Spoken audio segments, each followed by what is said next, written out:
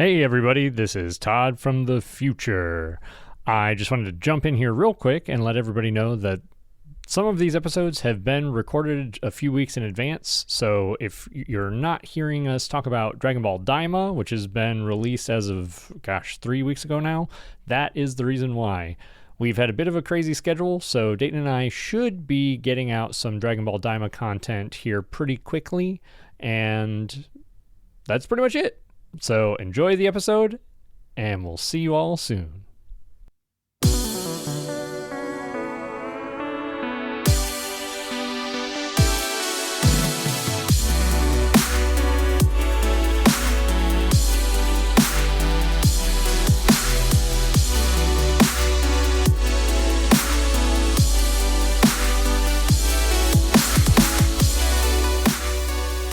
Hello and welcome to Instant Transmission, a podcast where we discuss everything Dragon Ball and how my cat chewing on wires turned into a new pair of slippers.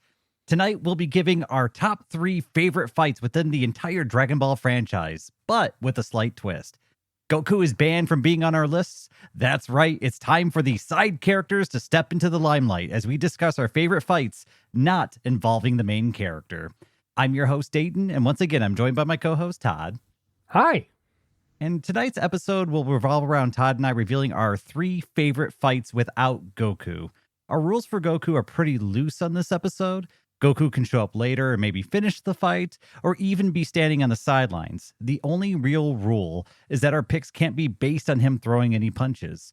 All the movies, specials, and series episodes are fair game.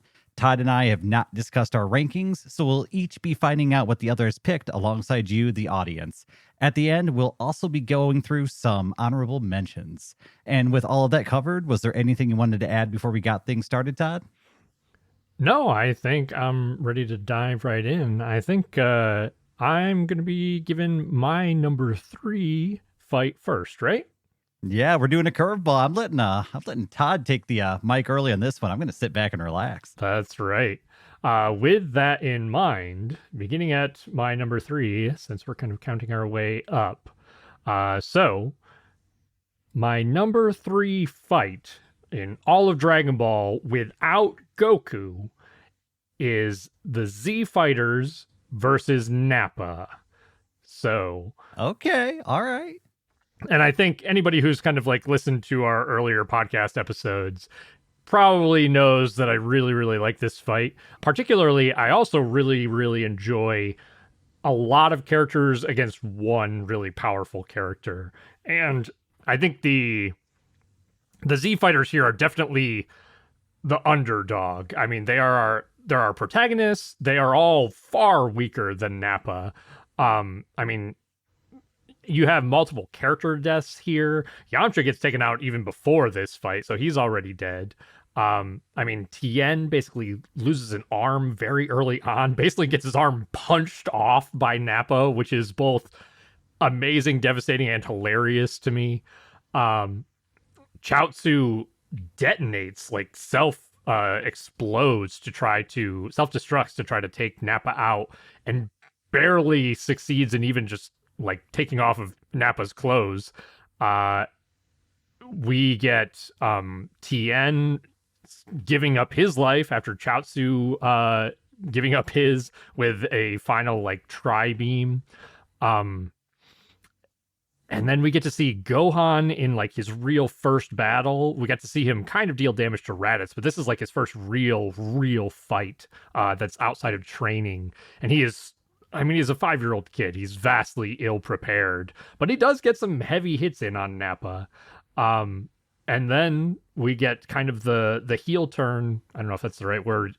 Wrestling fans correct me, but we get Piccolo kind of switching over fully here from a bad guy to a good guy. I mean, he selflessly sacrifices himself in the blast that would have killed Gohan.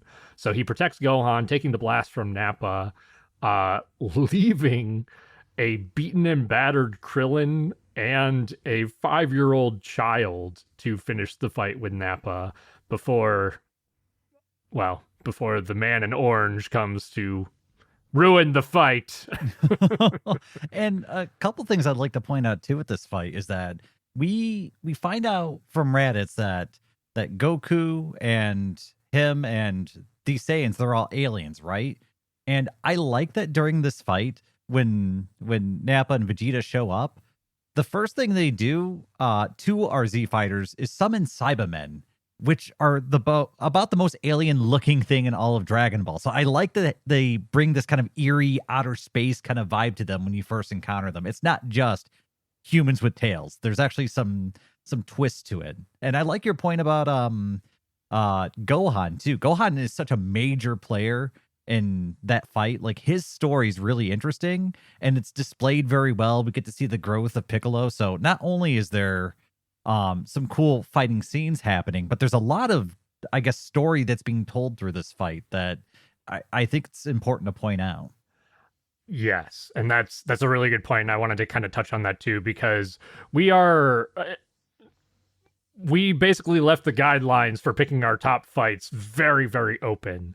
And for this sequence of this fight, basically, I was definitely putting in a lot of weight in the story. I think that there's really good story for Gohan.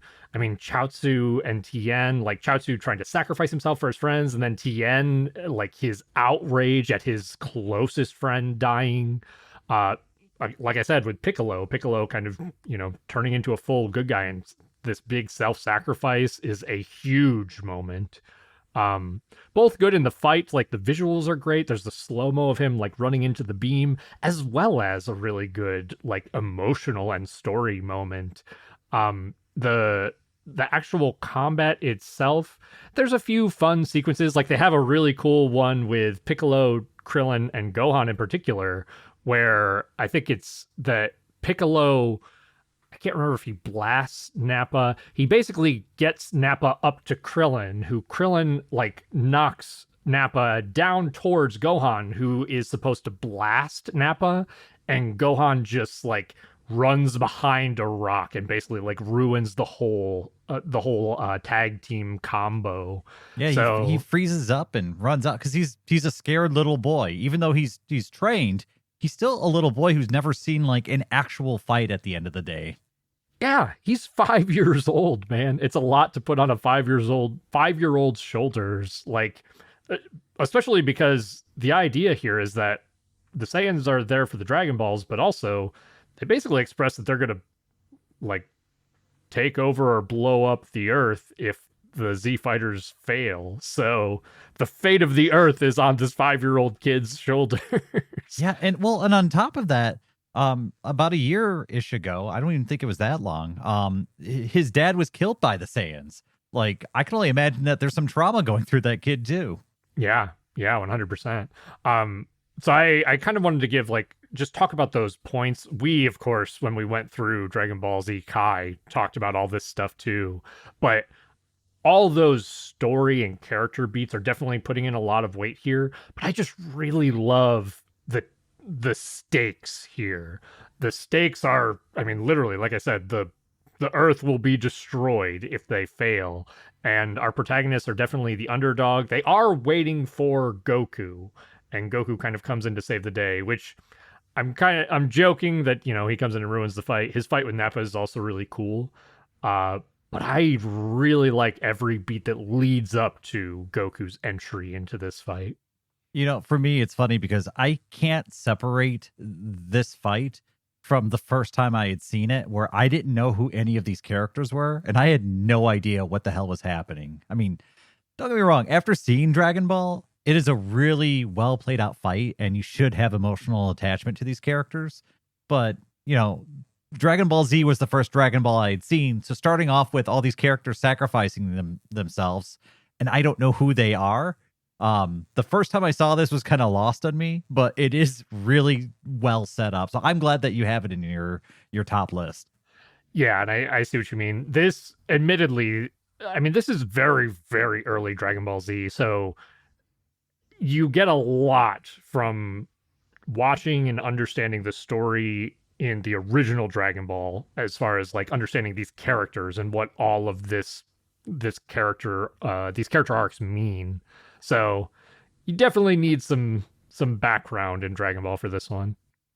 Yeah, no, that's fantastic. But unless you had anything to add, I think I'm going to go ahead and switch over to something that's a little bit more junk food, which Mm-hmm. is I have in my number 3 spot the battle with Cell Max in Dragon Ball Super Superhero. Interesting. See, I'm curious to hear what you have to say about this because I'm going to say right off the bat before you get started that I didn't think that you liked much of the fighting or the animation in Superhero. So it was something that when I started digging down into a lot of the battles with the side characters, and we had briefly touched on this before we started the episode, but I found that in a lot of these fights or battles, uh, the budget wasn't given to the side characters. And so I found that the animation quality was always lacking a little bit when you saw these side characters come into the limelight. But in Dragon Ball Super Superhero, they're given the full budget. And even though I'm not the biggest fan of the animation style they chose, when I went and saw it in theater, it looked good at that time. And it's probably some of the best animation we have currently of any of the side characters fighting. We get some badass moments with Gohan firing a special beam cannon, which is the best looking special beam cannon we've seen in Dragon Ball. So that looks fantastic. Another thing that the fight sequences did was really well with Cell Max is there's this feeling of weight to a lot of the blows that's depicted really well. My prime example being when Gamma 2, which I had to look up which Gamma it was, kind of flew up into the air and cratered down into Cell Max. They have this really nice shot of Cell Max kind of deflecting the blow just enough to stay alive. But you see that his arm is just completely kind of blown asunder as Gamma 2 crashes down through him and craters into the ground. So there's all these moments that just they look really good. I will always have a little asterisk next to this because I don't know how well it's going to age into the future. But for right now, I think this is one of the best looking animations that's actually focused on the side characters, giving us some really weighty moments. So, I mean, it's tough to pick an individual moment throughout this or which fight to pick because the fight with the Gammas was also really good. But the fight with the big baddie wins it out for me because I loved the scene with Piccolo turning into Big Piccolo, kind of a throwback to original Dragon Ball, and having like this Colossus fight with Cell Max. It's so much fun. So, like I said, this is more junk food for me because there's not really a strong narrative happening here. It's more or less the Red Ribbon Army is up to no good and made some baddies for our side characters to fight. So there's no emotional weight for me.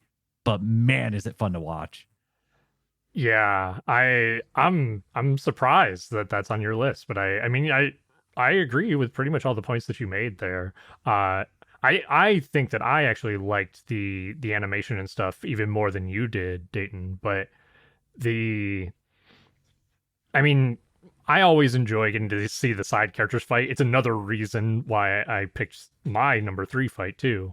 Um and yeah, I mean, getting to see like there's a lot of throwbacks in the superhero movie. Some of them good, some of them bad, but getting to see Big Piccolo again, just getting to see a freaking kaiju battle in Dragon Ball is so cool. It's Uh so much fun, right? And like that's why this is my number 3. It's there's a lot of fan service. It's kind of a junk food movie, but I mean, it's my flavor of junk food. yeah, I mean I'm totally on board for that one. That's definitely a good pick. I was thinking well, we'll have to talk about it once we get to our honorable mentions a little bit more. But yeah, I like that one. Did you want to say anything else about that one? I mean, outside of I think when I had gone into that movie, I think I had low expectations just because of the animation style and the fact that it didn't involve Goku, so I kind of didn't expect an A game. I think having my expectations just completely exceeded by that movie really put it in a higher spot than I don't know, maybe it should have been or how I normally would have rated it, but yeah, I don't know. They did a good job with it. It was a fun flick. I'm glad I got to see it in theater, which honestly I think was the best place to see it. I think it is a great um popcorn flick. But yeah, no, that's all I've got to say about that one. That's actually I want to point out too that that's a perfect movie to have a fight from on a list that doesn't include Goku because Goku is almost non-existent in that movie. Yeah, I kind of thought about that movie immediately when we were talking about this episode. Yeah, that is pretty funny. Yeah, I want to talk. Well, we'll talk more. Like I said, once we get to our honorable mentions, I have some other thoughts on that one too. But unless you have anything else to say on that one, Dayton, we'll move over to my number two. So my number two selection for top three fights without Goku is Vegeta, Gohan, and Krillin versus the Ginyu Force. Specifically, this is going to basically be, and I kind of put a caveat in here. I put the Ginyu Force. I think that this primarily includes Goldo and Raccoon. I would even take just the Raccoon fight, but I think doing like those three against the Ginyu Force is very, very interesting because honestly, the Goldo fight is, there's not a lot to it, but I like Goldo's power a lot. And Vegeta is still a bad guy here. Vegeta saves Gohan and Krillin, and as the audience, you're not really sure that that's going to be the case. But Goldo probably would have won the fight against Gohan and Krillin if not for Vegeta basically cutting his head off. Also, point for this fight, the fact that Goldo literally gets his head chopped off by Vegeta. So I like seeing very extreme violence in Dragon Ball. When it happens, they don't do it super often, but I like it when it's there. I think it's done well and tastefully. So to kind of butt in, this is also my number two. So no shit. So now that I've got that out there, I can speak freely. Oh yeah. The Goldo situation, that's funny. Is fantastic because it's supposed to be a fight between Krillin and Gohan and Goldo. It's supposed to be, the Ginyu Force have demanded that they are taking turns, and so they want this honor match. They want to spread out their food a little bit, so that way they each can have a crack, right? Well, Vegeta steps into this fight and interrupts it. He's not supposed to be a part of this fight, and he takes off Goldo's head when he's not paying attention. And you would think that the Ginyu Force would be upset about that, but instead, they start ripping on Goldo for being weak and letting his guard down. They're not even fazed by it. And so they just like talk trash about their comrade and then immediately start picking who's going to step in next. It's crazy. And that's a really good point. I really like that dynamic because it's a very good way of showing the audience what type of people our good guys are dealing with here. And we've been shown like these goofy dance scenes and like Frieza's like kind of cringing as they're doing like their Ginyu Force moves and they're running around in their spandex. And I mean, so far they seemed like a kind of like a joke, right? And then they start fighting and that demeanor doesn't change, but for some reason, like the tone of it almost shifts to like a horror movie rather than goofy. There's something, I don't know. It's written very well. It's written very economically. Vast contrasts, like really deviates from the audience's expectation here, which I love.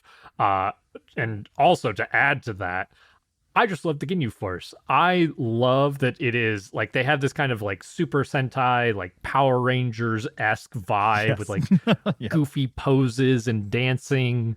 But it is very clearly meant to be like a joke or satire on that entire genre. Because like you said, Dayton, they come in and they're very brutal, which we see in the next fight in particular. I mean, well, before that even, Goldo is about ready to impale Gohan and Krillin with a tree. So, you know, they're very brutal. But then moving to Raccoon, this fight, easily one of my favorites, probably even including fights with Goku. Raccoon outclasses these guys, but not by a ton. But there are so many moments where you're like, oh, Raccoon's just like wiping the floor with Gohan and Krillin. And then there's lots of really great saves in here too, where like Vegeta butts in, gets beat up, and then is about to get blasted by Raccoon's, I think it's his eraser gun, the beam from his mouth. And you have the save from both Krillin and Gohan, where Gohan sweeps in and knocks Vegeta out of the way from the beam, and Krillin, I think he delivers a blow to Raccoon's head, basically causing the beam to like hit shoot out Raccoon's nose. Like, what a beautiful visual. And then you see Raccoon missing teeth because the beam got shot through his teeth. Like, there's so many incredible details in this fight. Well, and not to mention, it has one of the most brutal moments, I think, in all of Dragon Ball in it, when Gohan gets his neck snapped. Which is, you don't expect it to happen to a kid, and two, you don't expect it to happen in Dragon Ball, and it's visceral. They don't hold back anything. I mean, it's a brutal fight. It starts out fun, and then it turns kind of dark. It's really well written. I think it's one of Dragon Ball's finest moments, full stop. And that's why I'm more than happy to put it on this list. Yeah, 100%. It's funny because you and I, Dayton, said that we might have at least one that overlaps, just because there's a few that are very stand out. And I think this is one of them that I was like, I would not be surprised if this one also made Dayton's list. I had a feeling, mostly because it's got Krillin and Vegeta in it. So I figured we had some overlap right there. Yeah, our favorite characters too in this fight. You get to see Gohan's growth in this one too, whereas he was kind of running away before. Now he's actually being brave and stepping up to the plate, and you're seeing him kind of fill the shoes that he's been kind of expected to fill. I mean, there's so many layers to this. Vegeta's tactical acumen's on full display this entire time, just how ruthless he is and how he'll take every opportunity that's given to him. I mean, every character is hitting all of their high notes at once in one battle. It's, how could you not have this on your list? 100%. Actually, you reminded me of the one sequence where Raccoon basically pile drivers Vegeta into the dirt, and then Raccoon pile driver. And then Raccoon grabs Vegeta by the ankle and like yanks him out of the dirt. That's right. And you see, you're like, oh, Vegeta's like, he's fucking out. And Raccoon's basically like, using this moment to kind of gloat. And Vegeta just playing possum, full on point blank blasts Raccoon right in the face. It is like, savage moments from both sides on this fight. It is awesome. Yeah, this is, when I think of some of my favorite Dragon Ball moments, this is always up there. And on top of that, you have the backdrop of everything else that's happening on Namek. You've got Frieza, the tyrant, who at this point now has all 7 Dragon Balls. So there's kind of this race to survive or get out of here. And on top of that, there's even a bigger, you've got Captain Ginyu who left, who's a bigger baddie. And then you've got Frieza on top of that, who's the biggest baddie. So there's already so many levels above them that they have to deal with if they somehow make it out of this. And that's a really good point too. Yeah, is that they're fighting, they're struggling seriously to fight Raccoon. Like this fight ends like my number 3 fight ends with Goku coming in to save the day. These guys would have absolutely been dead if not for Goku. Like you said, Gohan literally gets his neck broken. Like Krillin's on the ground, basically unable to move.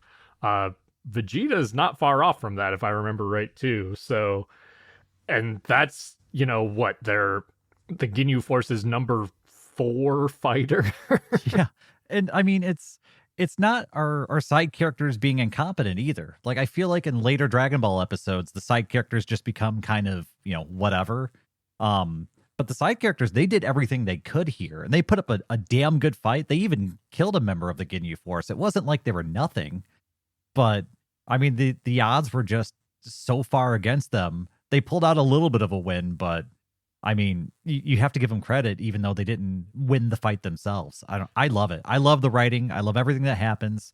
And I don't know. I love the Ginyu Force. So I was so happy to put this one on the list. I was excited to talk about this one. Yeah, same here. I really, really enjoy this one. And to your point too, I feel like for my number 3 and my number 2, there's a lot of similarities here because obviously we're doing Fights Without Goku, so of course there's going to be side characters, but these are my number 3 and my number 2 are both fights with a group of like our weaker protagonists fighting against a much stronger opponent, where there are very high stakes.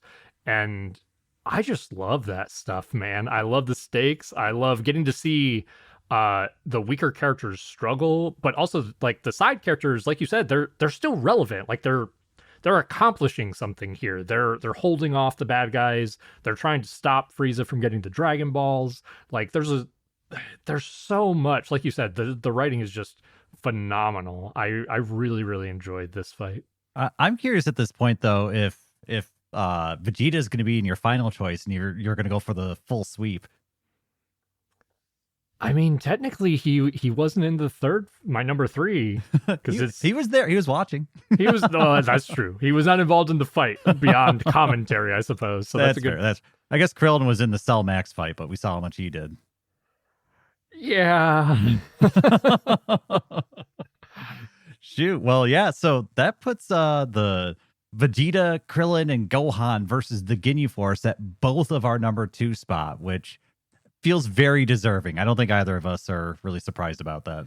Yeah, definitely. Yeah, actually, now that you say that too, it's going to be funny to see if all 3 of my fights in some way involve Vegeta, and if all 3 of your fights in some way involve Krillin. That would be pretty funny. But this one was close to being my number 1. It was really close.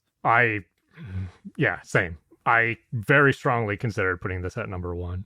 I don't know. Is there anything else you want to say about this one, or should we move on to our number ones? Here, let me hit my soundboard real quick. I think I have a drum roll. Let me see if oh wait. Oh. No, that's the wrong drum roll. All right, keep going. Punchline. Nope, that's it. That's all I got. All right. Well, with that out of the way, so moving on to our number 1 fights, since we both kind of picked the same number 2. My number 1 fight for fights that do not include Goku is, shocker, Vegeta versus Broly. Oh, shoot. Yeah. Yep.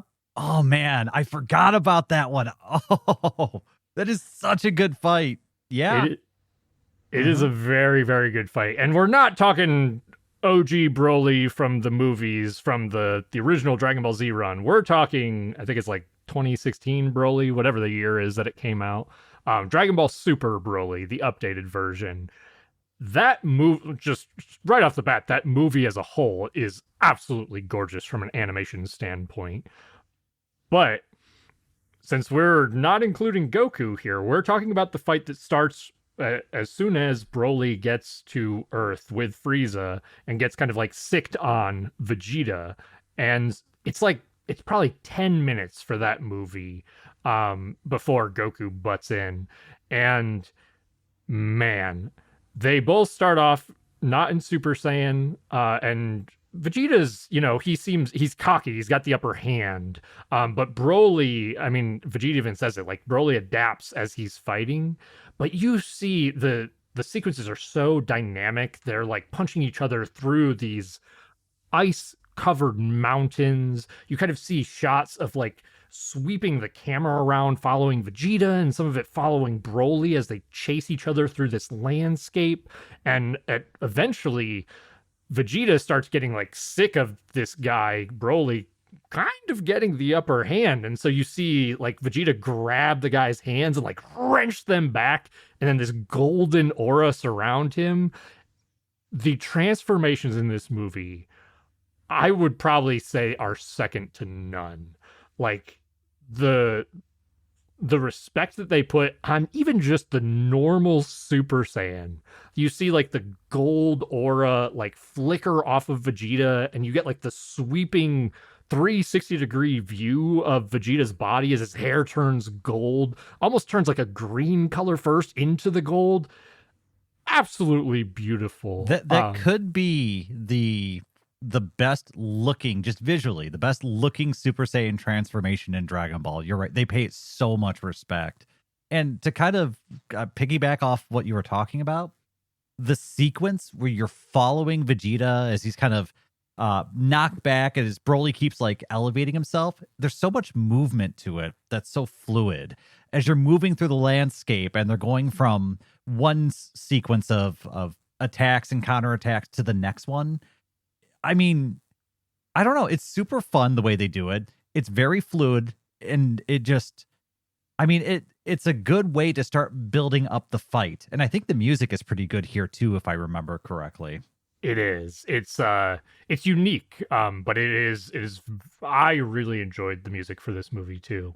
Um yeah, I mean, the fight kind of continues on from there with Vegeta at Super Saiyan, and Broly is still kind of like, elevating himself. And Vegeta eventually goes into, you see him like fly up into the air and just the red aura sweep over his body. And I mean, this was the first time that they revealed Vegeta in Super Saiyan God form, which, let's all be honest, that form is made for Vegeta. He looks It really fucking is. gorgeous in that That form. fiery red look. And then I actually saw clips from people in the movie theaters during the initial screenings just lose their mind when he flipped on the red hair. Like, people loved it. 100%. Yeah. I mean, Vegeta fans for the longest time, because Vegeta never got the Super Saiyan God form. So he just kind of like skipped to Super Saiyan Blue. So I mean, that part, of course, for me as a Vegeta fan, I really enjoyed that. But just the visuals for that are super gorgeous. There's a moment where Vegeta like blasts Broly, kind of like resolving the fight here, into the water, where Goku's like, no, don't kill the guy. So you do get I guess a little flicker of Goku there. But Vegeta's basically like, I'm done with this, and of course does not finish off Broly, as Broly comes back even stronger after the attack. But like the ki blast that Vegeta shoots out there is gorgeous. Um Man, just all of it. That's pretty much the whole sequence of the fight. Like I said, it's probably only like 8 to 10 minutes, but it's some of the best animation in terms of fight sequences for Dragon Ball, just hands down, and transformations. Um, it is. I think this one is like a. I was telling Dayton that my number one is like a big departure from my two and three, because my number two and three are. It's a lot of like the multiple protagonists. They're all the underdogs. There's a lot of like stakes and story and character development.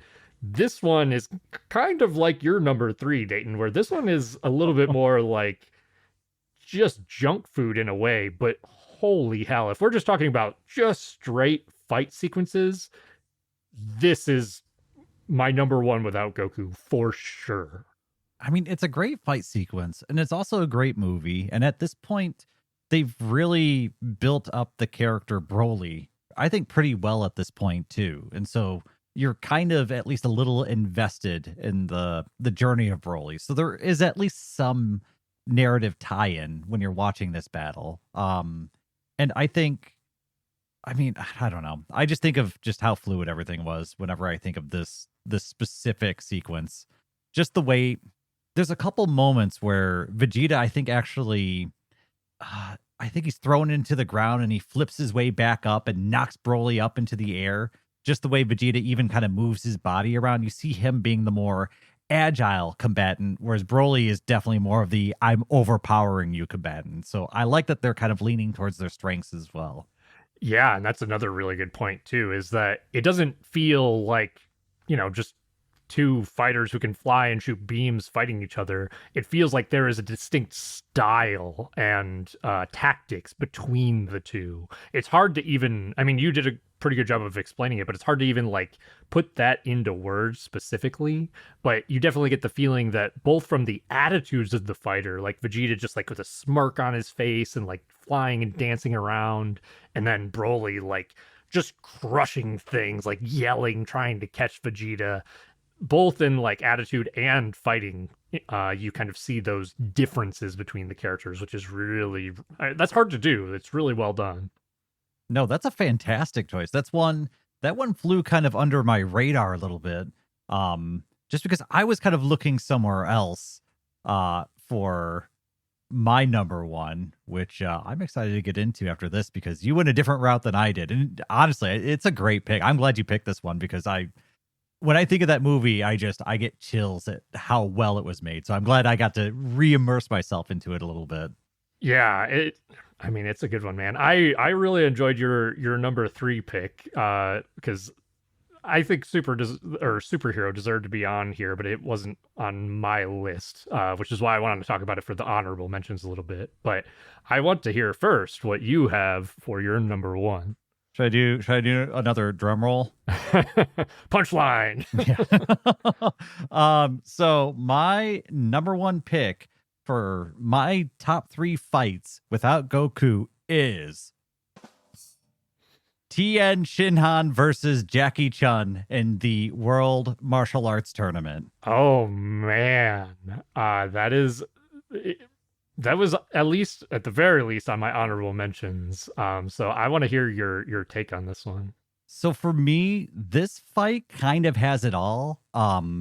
There's a great narrative backdrop of TN is really coming out as his own fighter, but he's coming from the Crane School, which has kind of taught him to be an evil combatant. And so he's been struggling with kind of his evil ways and also his pride as a fighter. And that comes to fruition with his fight against Jackie Chun, who the whole time they're battling each other, Jackie Chan, who is Master Roshi for people who have seen it, is kind of trying to coach him out of his evil ways as they're fighting. And on top of this kind of moral struggle that Tien's going through, we also have some fantastic animation. The original Dragon Ball series, I think, has some of the best animated sequences in all of Dragon Ball because it was more grounded in martial arts at the time. And so we get different interlocking grapples on each other as they start to kind of grab a hold of each other and break their holds. And then we get to a point where Tien has his arms kind of around Roshi's body. Roshi kind of clamps down and holds his hands together and begins kind of dragging Tien towards the edge of the arena with him. And this is where we see Tien start delivering just these massive, brutal headbutts to Roshi, who eventually leans back and lifts Tien off the ground, causing him to go off balance and then flips over him and brings himself back into the arena. I mean, there's so many good moments. And on top of that, we also have the unveiling of one of the most iconic moves in all of Dragon Ball during this fight, which is the solar flare. That's true. I actually forgot about that. Yeah, this one I was considering this one for my top three for sure because, like you said, I think it's because some people might not like the dated animation style, but the choreography, like the fight choreography in this fight is phenomenal. You gave like a good rundown of several of the sequences. There's also so much character weight in this one, especially because, well, if you want to continue, Dayton, as we get to the tail end, this fight has a very interesting ending. Yeah, so Roshi is still playing at Tien's kind of moral struggle. He even delivers this badass line where he tells Tien that you bow to a false master. And it's just Roshi at his pinnacle, which I love. He's badass. We also get one of Dragon Ball's better looking Kamehameha waves that's launched by Tien, who learned it just by watching it. And Roshi is forced to actually catch this Kamehameha wave, one of the first ones to ever be caught, and deflect it away from the audience to save their lives. And then at the end of all of this, we see Roshi just kind of put his hands behind his back and just step off the stage, denying Tien the satisfaction of being able to complete his fight. It's so good because Roshi knows that that's a deeper blow than anyone he could deliver with fist or foot. It's so good. Like the idea here, I mean, perfectly like you said, Dayton, like that's going to really hurt Tien's not only his ego, but just this idea, like this question in his mind, like, could I have beaten Master Roshi? And Master Roshi also wants the tournament continues there, sending Tien on to fight Goku in the finals. And the previous tournament, Master Roshi as Jackie Chun already beat Goku out of the finals. So this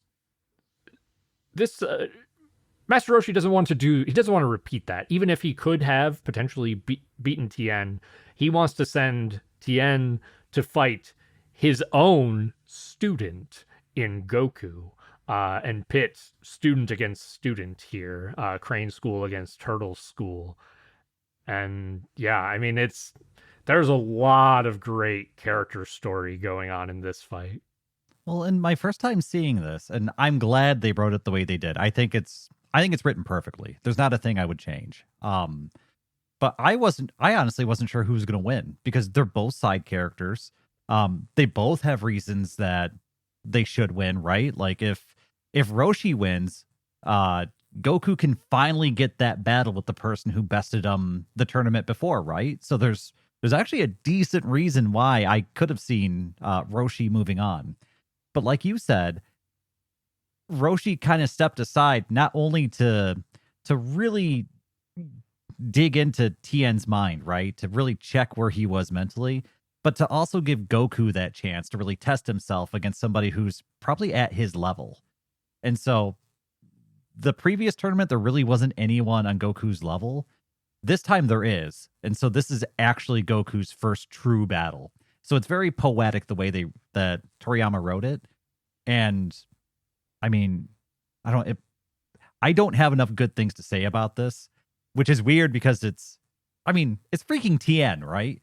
It's a character who really doesn't get any time in the sun after this tournament. But oh my gosh, his story arc, his main story arc is so well written. It's hard for me not to put this here. Yeah, I think that's a great pick. I kind of like looking at our lists is a fun comparison now here too, because well, you didn't go. I mean, I guess Krillin is in the audience watching, Yep. but He's present. yeah, he's present. I was gonna say you didn't go 3 for 3 with Krillin, but I guess if I had 2 fights with Vegeta and one with Vegeta as a spectator, and you had 2 fights with Krillin and one with Krillin as a spectator. Yeah. I mean, they're our favorite characters for a reason, right? Yeah, for sure. I actually like the diversity in your list because you have one from a Dragon Ball Super movie, you have one from Dragon Ball Z, and you have one from the original Dragon Ball. So you've got like the whole spread there. Uh I well, I mean, mine has 2 fights that are to me have a lot of similarities in my number 2 and 3. Both of them from Dragon Ball Z, and then my number 1 that is just completely different. Well, and I think a lot of times too, the emotional weight can be lost on the actual battles that are happening. And so I like that you brought up a couple battles where that emotional weight was actually a big part of why the battle was interesting and the character growth and what they were fighting for. It's not I mean, I love my junk food fighting every now and then, but Dragon Ball also does a pretty decent job of putting enough stakes into that fight to where I feel kind of invested into it. Yeah, man, it was hard picking these 3 fights. The so like your number 3 has, I would say, doesn't have a lot of, you said it already. It's junk food. It doesn't have a ton of character weight or story weight. It feels like a side story, and it kind of is. Whereas my number 1 is, to me, is kind of that way. I don't feel like there's a little bit going on with Broly's story and even Vegeta's story, but it's not like my number 2 and number 3, or even your number 1, number 2. So we both have at least one fight in here that isn't super story heavy. We just kind of flipped our orientation as to where we placed that on our list. And honestly, I could have swapped any of these 3 fights into any of their positions. It was hard trying to decide what order to put them in. Yeah, I definitely felt my 1 and 2 were a real struggle for me. And both of those fights for me had good animation, strong emotional weight, and a lot of character driven direction. And so it was hard for me to parse out, like, all right, which one has more? Which one is more meaningful to me? Because I know growing up, that Ginyu Force situation stood out like a sore thumb. I mean, even without having watched it like recently, I probably could have told you all the events that happened because I remembered it that well, that vividly. But I didn't have the Tien versus Jackie Chun fight because I didn't watch that until recently. So I don't know how much that would have stood out to me when I was younger. But I don't know. I am glad that I at least watched it as an adult because I think there's a lot of more subtle things that maybe would have been lost on me when I was 13 or 14. And I appreciate more as an adult. Just that moral dilemma that he was in is just hits home a little bit for me. So I love it. I love that fight and I love the outcome. So for me, because I can't pick anything wrong with that fight, it has to be my number one. But it was damn close to being my number two. Yeah. Yeah, I totally agree with everything you had to say about that one. Akira Toriyama's writing, especially, I mean, I love Dragon Ball Z. In fact, I probably like Dragon Ball Z more than the original Dragon Ball, but the character writing in the original Dragon Ball is so good. Like, I know a lot of people in the fan base probably have not watched the original Dragon Ball. Anybody who has not, go watch it. Highly recommend. I mean, the World Martial Arts tournaments, there's three of them. They're all big beats in the story and they're fantastic. Everything builds up to them and then there's a big payoff every single time. I had to go through, in fact, we should probably jump to our honorable mentions here in a second, but I had to go through, like, in my head, each of those World Martial Arts tournaments in the original Dragon Ball, and I was like, are any of these going to be on the list? And they were very close. I mean, you didn't have Krillin versus Stinky Man on your list? Bacterian. That's what his name was. Oh, God. All right. Well, I guess we're technically doing the honorable mentions now. So yeah, that one didn't make it, by the way. That is not an honorable mention. No, was not on my list either. My list for honorable mentions, I mean, I was kind of like just listing out fights, but it's pretty long. We don't have to talk about the fights a lot, but we can kind of list some of them off. Let's see. So I'll go ahead and start. I'm just gonna kind of like list off a bunch, and if there's any we want to talk about, we can kind of jump into them. But Yamcha versus Tien was on the list. That one's a pretty good one in the original Dragon Ball. I think the same tournament that you were talking about. That one I thought about.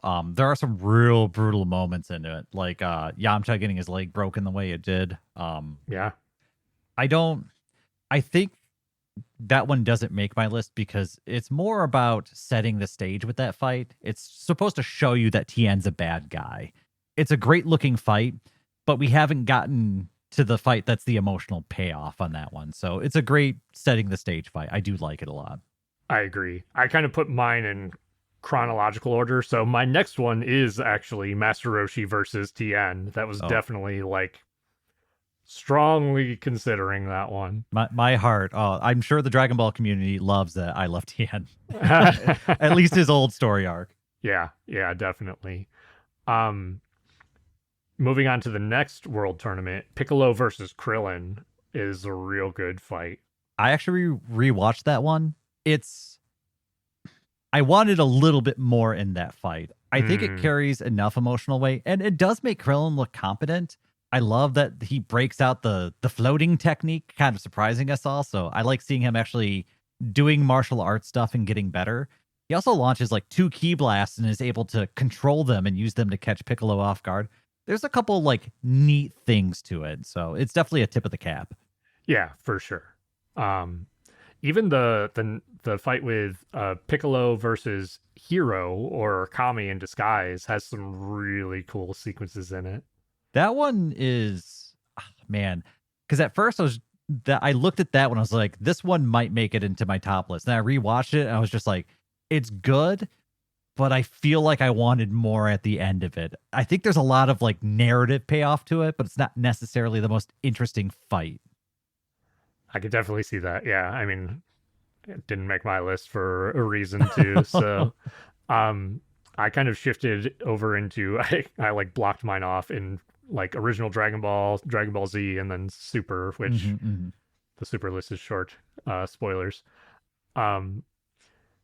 Let's see. The next one I had was Vegeta, Gohan, and Krillin versus Frieza. So like first and second form Frieza.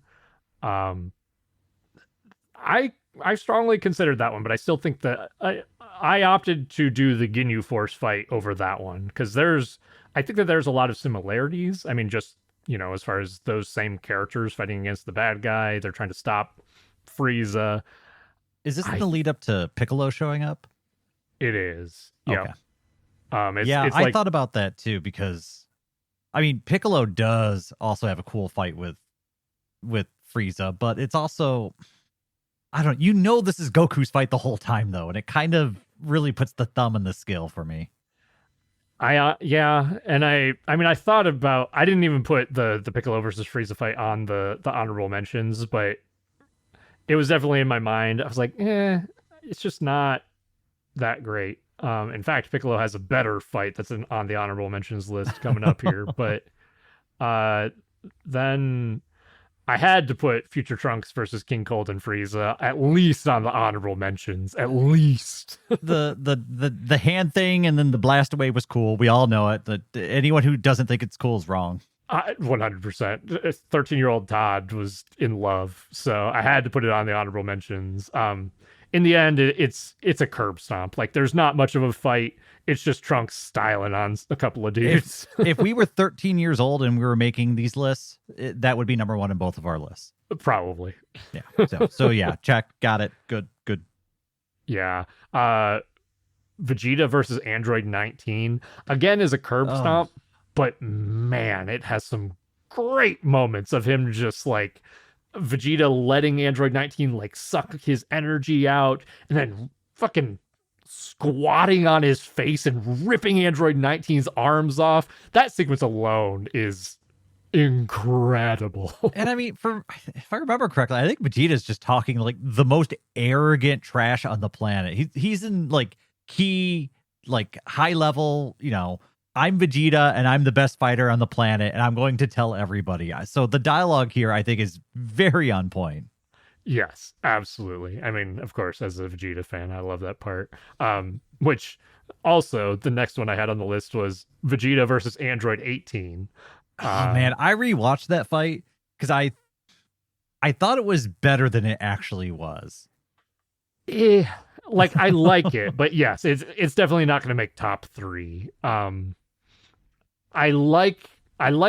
actually like going from Android 19 versus Vegeta to Android 18 versus Vegeta because it's a curb stomp against 19, and then against 18 Vegeta is so cocky and just gets like he's close to the same level as 18, but it's still not enough. Like he gets both of his arms broken. There's a lot going on that I like in that fight, but I know what you mean. It's not the best.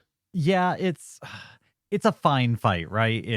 Narratively it gets the message across, but there's not really any sequence. The arm break's good, but I don't know. Some animation quality here, and I think it's a great fight, but you could tell that they were just trying to get the point across. So yeah, that's why it fell to the honorable mentions. Yeah, can't argue with that. The next one though was one that I was like, ooh, this one might make the top 3, which was Piccolo versus Android 17. Yeah, I thought quite a bit about that one because that's also where we get the Hell Zone grenade, which is just cool as hell. We get some really weighty blows that are animated pretty well. When I went back, because I rewatched this fight too, I feel like there's a lot of mediocre animation between a few cool moments. And I just wish that we had some budget spent on this because it could have been incredible. I think I would agree with you there. It's it's a short fight. There's not a ton to it. And it's I mean, there's some stakes. It's mostly Piccolo buying time. Like, I don't know. There are elements that I really, really like about it, though. It's weird because it's as good as it can be without being great. Yeah. Yeah, I wouldn't argue with you there. I did, though, also, I think I might be an exception on this one, but I, at least in the honorable mentions, had to put Android 16 versus Imperfect Cell. this just has flavor to me that I really love. Like fucking one, the fact that 16 like even jumps into the fight at all. And then two, he fucking pulls like rocket punches Cell in his beak mouth and then That's pulls right. his arms off and Hellfire flashes him in the ground. Like I love 16's moveset. It's so fun. It was also really good in the Tenkaichi Budokai video game. So Oh hell yeah. that stuff was so much fun. So 10 out of 10. Thank you for giving me that for a video game. Yes, definitely. Love the flavor on that one, but definitely not going to make a top 3, unfortunately. Definitely a great honorable mention. Oh man, I forgot how many fights there were in the Cell arc. Shoot. There's a lot. And actually, good lord, my honorable mentions have more in the Cell arc, which Vegeta versus Semi-Perfect Cell, which is a little bit more of a curb stomp, but it's peak Vegeta. It's him just being so egotistical, which is one of the reasons why I absolutely love it. You don't mind it. It's like Dragon Ball Z cupcakes for you. Yeah, absolutely. The muffin button. God, the muffin. Trunks versus Perfect Cell it's not going to make the top 3, but getting to see Trunks in that beefed up form trying to take on Perfect Cell, and then I mean Cell just like, I mean even kind of like mentally taking Trunks down a notch. It is it's fun narratively and just kind of fun to watch, at least briefly. Yeah, it's definitely it's a fun fight. That's another one of those. I put it right there with Piccolo fighting 17, where it's about as good as it can be without being great. Yeah, I'd give you that for sure. The next one is one that I think Dayton and I talked about off the recording, and this is Gohan versus Perfect Cell, which we have to talk about, right? Yeah, I mean, we had talked about this one in the past too, just as far as what it is as a fight, which probably, honestly, in the back of our heads, probably gave us the idea for this episode. But it's such a weird fight to talk about because there's honestly not much I would change about his fight with Perfect Cell. There's so much emotional weight to everything that happens. But the issue is that when it comes to the actual fighting, the exchanging of blows, Gohan doesn't actually do a ton. Almost nothing.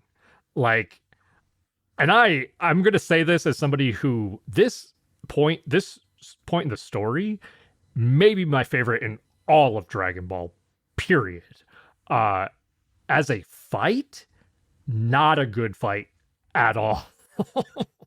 Yeah, I mean, everything is one-sided. Every time him and Cell exchange blows, it's either Cell's got him in a chokehold and he's breaking his back, or Gohan's mad and he's one-shotting all the Cell Juniors and he just punches Cell like once or twice. Like, there's not really an exchange that happens.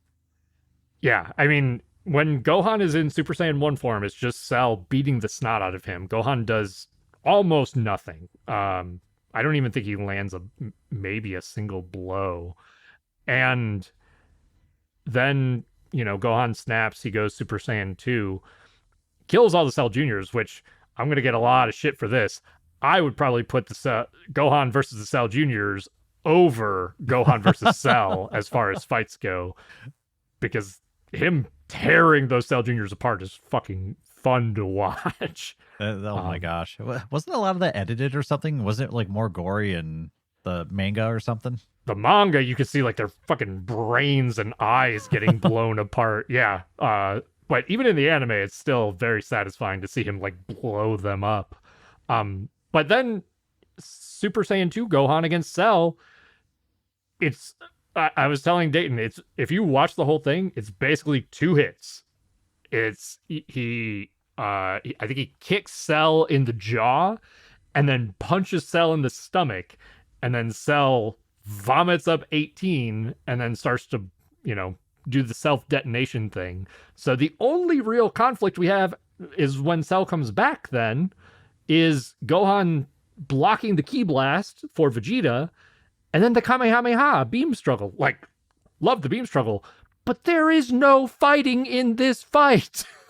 Yeah, and that's the thing is I don't mind taking the emotional narrative or the backdrop or the weight of it and letting that skew my opinion of a fight.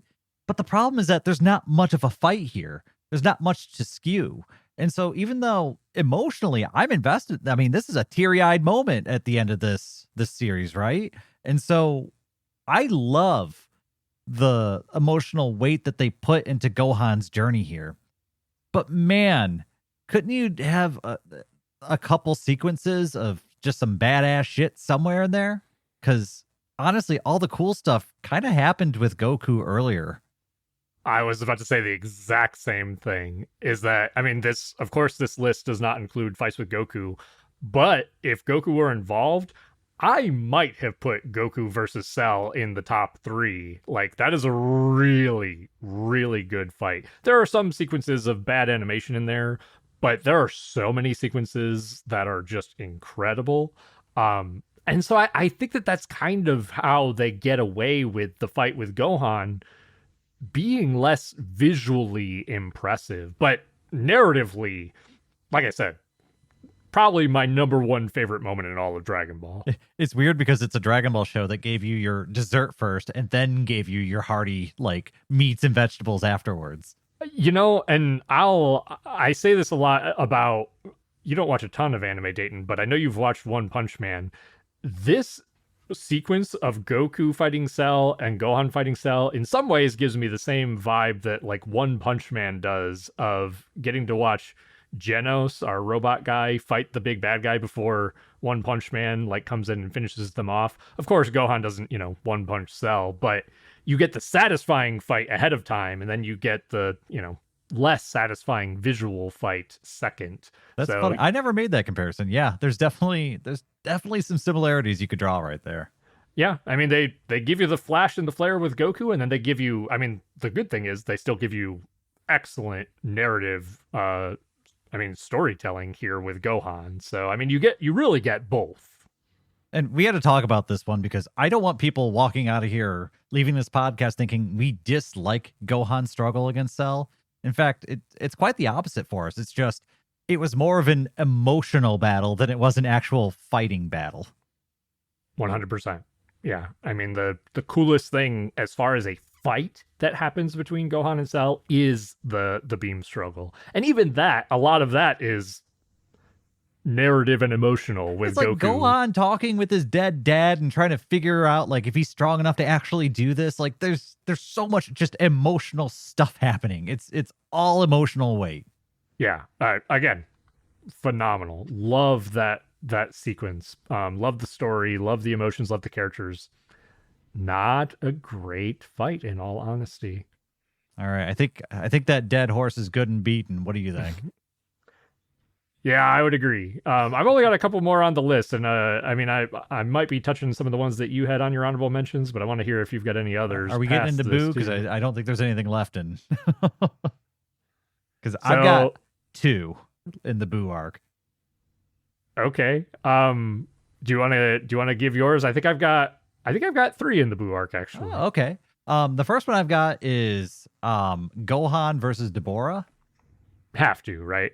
It's a fun fight, especially with Deborah like whipping out all these different weapons and stuff like that. And he's got the stone spit, and Gohan's doing some creative thinking. He even kind of borrows a page out of Goku's book by firing the ki blast from under the water. I mean, there's a lot of good notes to this. It doesn't break it into my top 3, but it's a fun fight. So it's got to be mentioned. I love it. I will say this a million times. I wish some of these side fights had more budget thrown at them because there's so much more they could have done with it. I'll be honest. I know when we talked about this one, I felt like you really liked this one. I wouldn't have been surprised to see this one in your number 3 instead of that superhero fight. I like this one a lot too. I think we both just like, I mean, Deborah's really cool. Yeah. I mean, he's a fun character and he's very different from every other character we've seen. So yeah, it's fun, especially, I mean, there's definitely some narrative backdrop to Gohan fighting a demon and then Gohan also later on and going and training with like heavenly beings. Like there's something fun about that.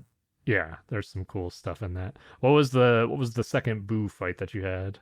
The second Boo fight was actually Majin Vegeta versus Boo. I had that one on here too. I think it's like as a fight. Honestly, well, there's As a more of a fight, fight to it. yeah, it's fine. It's a fine fight, but there Yeah, is just the emotional payoff at the end of it. So it's hard for me to not at least mention it.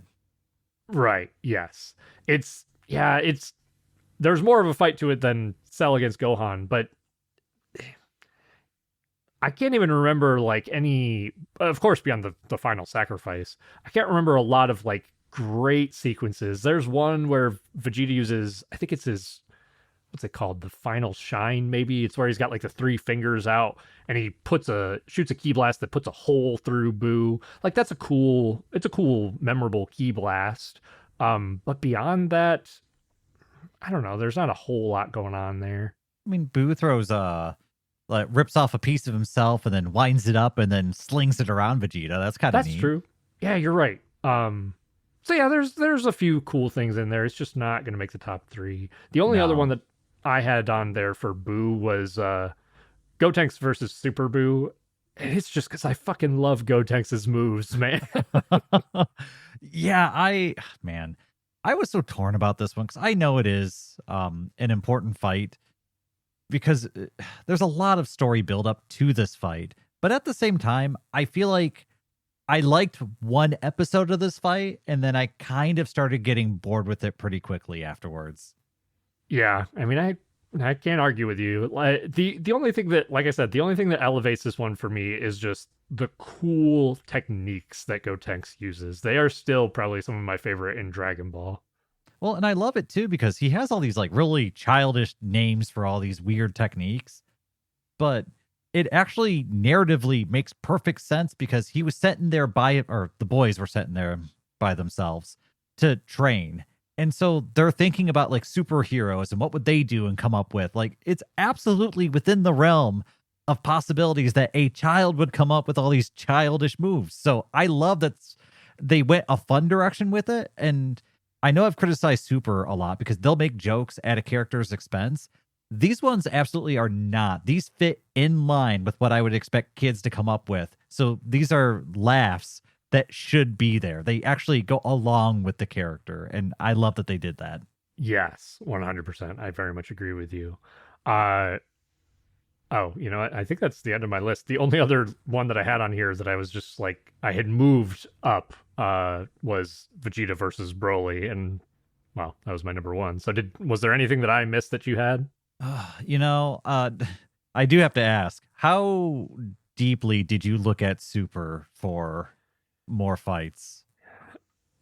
Almost not at all. So the I'll say, unless you had something on there, my take on Super is that it has a few fights that I really, really like. They all include Goku. Okay. Yep, that's fair.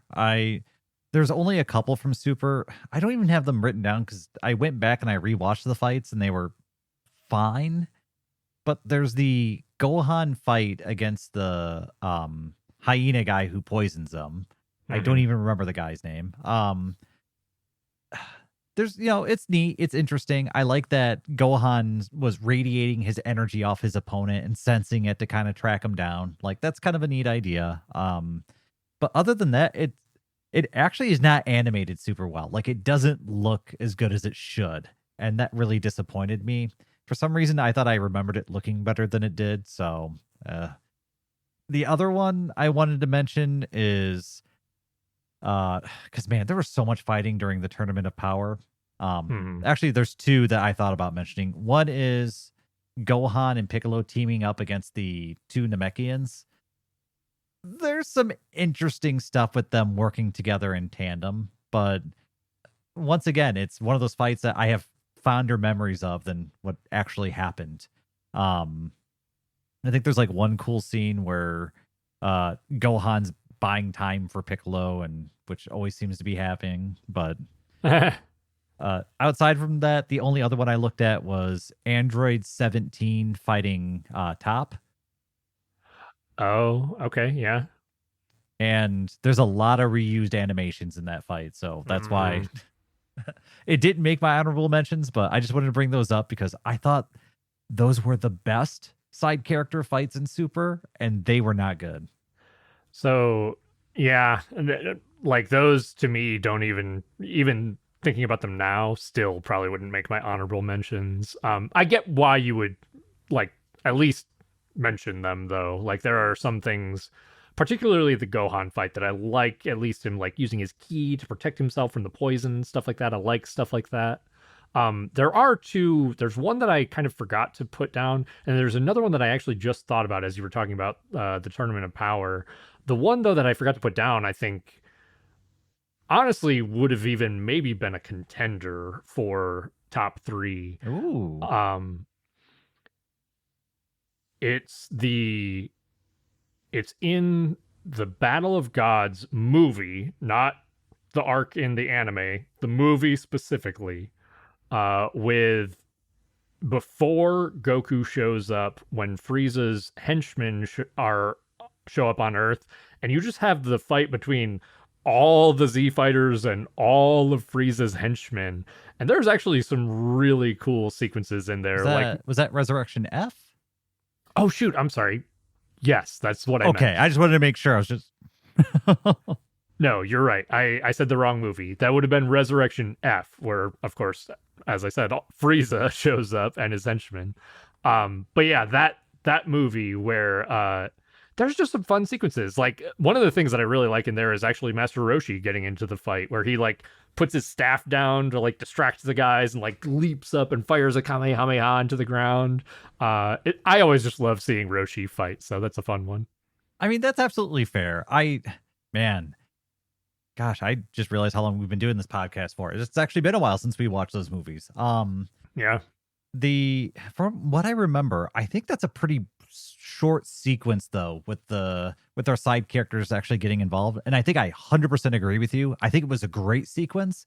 I don't think for me it would have been a long enough sequence for me to include it in my top. But I am glad you brought it up because it's absolutely something I would have had in my honorable mention. So good catch on that one.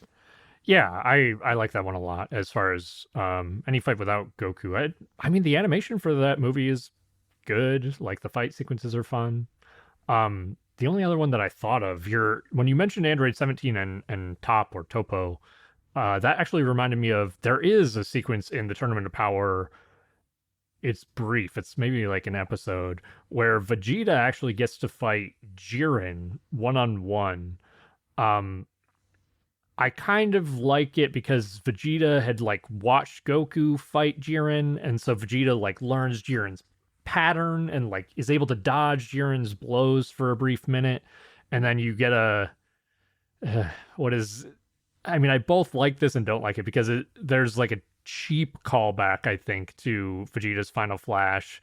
You could argue that when I say Vegeta's Final Flash, I'm specifically talking about when he blows half of Cell's body apart. Okay, yep, that's what I thought you were referencing. Yeah, but I mean, you could argue that it's just Vegeta using his Final Flash again, but it feels like it's really trying to harken back to that moment. Only a coward would dodge this attack. Yeah, exactly. So there's a lot of similar elements there, but yeah, I mean, I like it kind of still, even despite the kind of like bad throwback. It definitely wouldn't make the top three. It's kind of a fun sequence. The one thing I really wish, and they've teased it a few times. I really want Vegeta and Frieza to actually get their full blows, like hold no bars. I want them to actually get their battle and work that out because I feel like we keep getting close to it, or we keep getting like a taste of it, but we don't actually get it. Because that was something I looked at. I was like, oh yeah, that's right. There's not really much of a fight here. I didn't. The one you're talking about in the movie with Vegeta fighting against Frieza, I thought about it too, and I didn't even, as much as I love Vegeta, didn't even put it on my honorable mentions because it's like 20 seconds maybe. The blows that he delivers to Frieza are awesome though. Like he delivers a heavy blow to his gut and like knocks his head Frieza's like body contorts backwards. Like I'm visualizing it in my head right now, and I really like the visuals, but it's just he doesn't get enough of a fight there. All right. I think we've got these honorable mentions down. Do you want to go ahead and just reiterate what your top three were, so that way we can leave everyone with those thoughts back in their mind before we sign off here? Sounds good. So starting with from my number 3 to number 1, my number 3 was the Z Fighters versus Nappa. My number 2, Vegeta, Gohan, and Krillin versus the Ginyu Force. And my number 1 was Vegeta versus Broly in the Super Broly movie. And for me, my top three, starting at number 3, was Cell Max in the Dragon Ball Super superhero movie. My number 2 was Vegeta, Krillin, and Gohan versus the Ginyu Force. And my number 1 was Tien Shinhan versus Jackie Chun in the World Martial Arts Tournament. Yeah, excellent. Yeah, those were fun. It was fun to kind of hear your list, especially because, well, we had our number 2. I think much like when we did our Christmas special, our number 2s seemed to line up every time. I mean, there are some moments that I know are going to be in our list. It's just funny that they usually end up in the same spot. Yeah, that is pretty funny. I think that's most of it. Was there anything else you wanted to talk about before we close out here, Dayton? No, I mean, man, this is I love all these episodes where we talk about all of our favorite stuff. I love to revisit all these memories. I feel the same. These have been some of my favorite episodes to do. But I think that's going to be it for this episode of Instant Transmission, where we discuss everything Dragon Ball. This has been your host, Todd. And Dayton. Don't forget, we're on Patreon and Twitter. If you want to Dragon Fist us for not picking your favorite fight, why did you word it that way?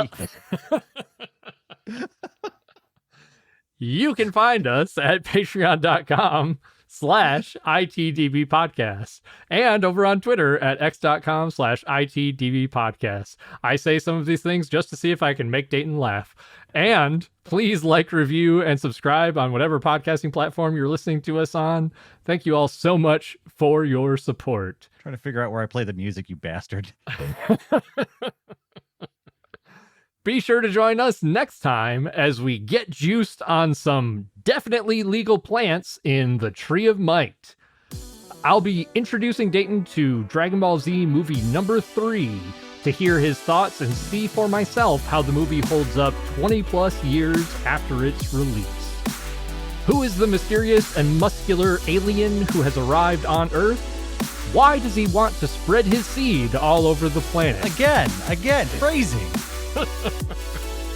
Are we still talking about the Tree of Might? Find out next time. And to all our fellow Dragon Ball fans, stay safe out there, and remember to keep rocking the dragon.